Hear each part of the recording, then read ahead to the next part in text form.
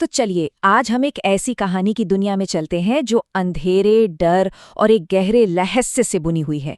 ये कहानी है चंडीपुर गांव के रहस्य की। सोचिए, कहानी की शुरुआत ही होती है इस माहौल से।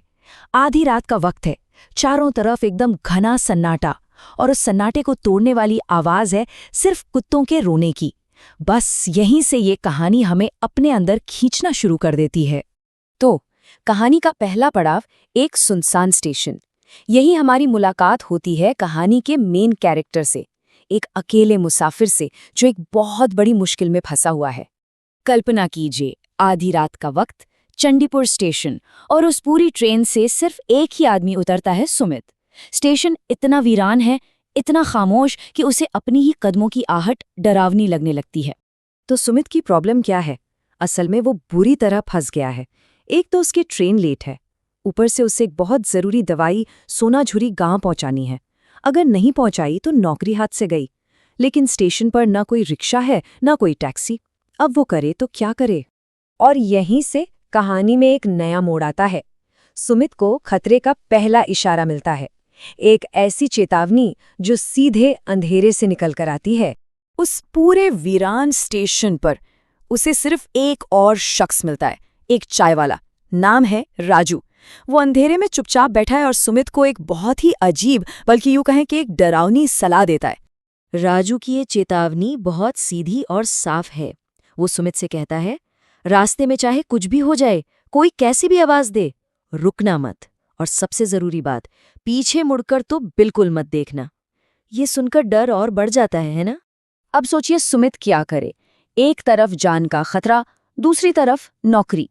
वो अपनी मजबूरी की वजह से एक बहुत बड़ा खतरा मोल लेने का फैसला करता है।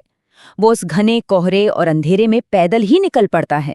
जैसे ही सुमित उस अंधेरे में कदम रखता है ना, बस कहानी का असली खतरा सामने आना शुरू हो जाता है। ये भूतों का एक जानलेवा जाल है। सुमित हिम्मत करके पैदल चल ही रहा होता है कि तभी घने कोहरे के बीच से एक पुराना खटारा सा ऑटो रिक्शा उसके पास आकर रुकता है। पहली नजर में तो ये किसी फरिश्ते जैसा लगता है ना, पर क्या ये सच में मदद है या कुछ और इन दोनों के बीच जो बात होती है वो बहुत ही अजीब है। सुमित बेचारा राहत की सांस लेते हुए कहता है, आप तो भगवान बन के आए हैं। लेकिन जवाब में ड्राइवर जो कहता है उसका मतलब बहुत गहरा और डरावना है।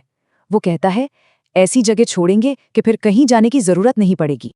और फिर ऑटो जंगल के एकदम बीचों बीच जाकर रुक जाता है। ड्राइवर सुमित को जबरदस्ती नीचे उतारता है और पास में ही एक खंडर जैसे घर की तरफ इशारा करके तेजी से वहां से गायब हो जाता है। जाल अब बिछ चुका था, और उस घर के अंदर जो होता है वो सुमित की रूह कंपा देता है। उसका सामना उसी ऑटो ड्राइवर और उसके एक साथी से होता है, और वो उसे बताते हैं, इंसान तो हम 10 साल पहले थे, अब तो हम सिर्फ भूख हैं। मतलब वो इंसान है ही नहीं। अब लगता है कि सब कुछ खत्म। सुमित की सारी उम्मीदें टूट चुकी हैं। लेकिन कहानी अपने क्लाइमैक्स पर ठीक उसी पल पहुंचती है जब एक ऐसे रक्षक की एंट्री होती है जिसके बारे में किसी ने सोचा भी नहीं था। वो भूत सुमित पर हमला कर देते हैं। सोचिए, वो हवा में उठ जाता है, उसकी हड्डियां टूटने की आवाज आ रही है। वो अपनी आखिरी सांसें ले रहा है और बस मदद के लिए चीख रहा है। और ठीक उसी पल जब सब खत्म होने वाला होता है, उस अंधेरे को चीरती हुई एक तेज नीली रोशनी आती है और एक बहुत भारी, दमदार आवाज गूंजती है जो उन भूतों को रुकने के लिए कहती है। रोशनी के बीच से एक परछाई निकलती है, पुलिस की वर्दी में, और वर्दी पर एक नाम चमक रहा है, इंस्पेक्टर दत्ता। एक ऐसा रक्षक जो खुद इस दुनिया का नहीं है। तो यहां पर होता है असली मुकाबला। इंस्पेक्टर दत्ता उन भूतों को सुमित को छोड़ने का हुक्म देते हैं, लेकिन वो भूत उल्टा उन पर ही हमला कर देते हैं। और जवाब में दत्ता अपने हाथ से एक ऐसी ताकतवर रोशनी निकालते हैं कि वो दोनों शैतानी आत्माएं चीखते हुए वहीं जलकर राख हो जाती हैं। लड़ाई तो खत्म हो गई, लेकिन कहानी अभी बाकी है। अब वक्त है चंडीपुर के उस अनसुलझे रहस्य को जानने का जिसकी वजह से ये सब कुछ हुआ। और फिर सुमित की आंख खुलती है और वो हैरान रह जाता है। वो उस खौफनाक घर में नहीं, बल्कि वापस उसी चाय की दुकान के बेंच पर लेटा है जहां से उसने अपना सफर शुरू किया था। तो क्या वो सब एक सपना था? तब चाय वाला राजू उसे पूरी कहानी सुनाता है। ये बात है 10 साल पहले की। भोला और कालू नाम के दो बदमाश थे जिन्होंने इंस्पेक्टर दत्ता को धोखे से उसी खंडर घर में जिंदा जला दिया था। लेकिन कुछ ही दिन बाद वो दोनों भी उसी घर में एक अजीब सी आग में जलकर मर गए। और राजू बताता है कि लोग ऐसा मानते हैं कि इंस्पेक्टर दत्ता की आत्मा आज भी उस जंगल की हिफाजत करती है। वो अकेले और बेगुनाह मुसाफिरों को उन शैतानों से बचाती है, मौत के बाद भी अपनी ड्यूटी निभा रही है। और कहानी यहीं खत्म नहीं होती। जब सुमित स्टेशन की तरफ वापस जा रहा होता है तो उसे जंगल के कोने पर धुंध में वर्दी पहने एक साया दिखाई देता है।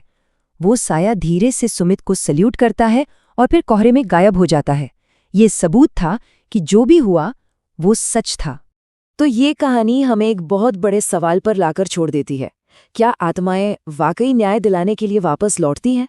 चंडीपुर की ये कहानी हमें सोचने पर मजबूर करती है कि क्या कर्तव्य की भावना इतनी मजबूत हो सकती है कि वो मौत के बाद भी जिंदा रहे?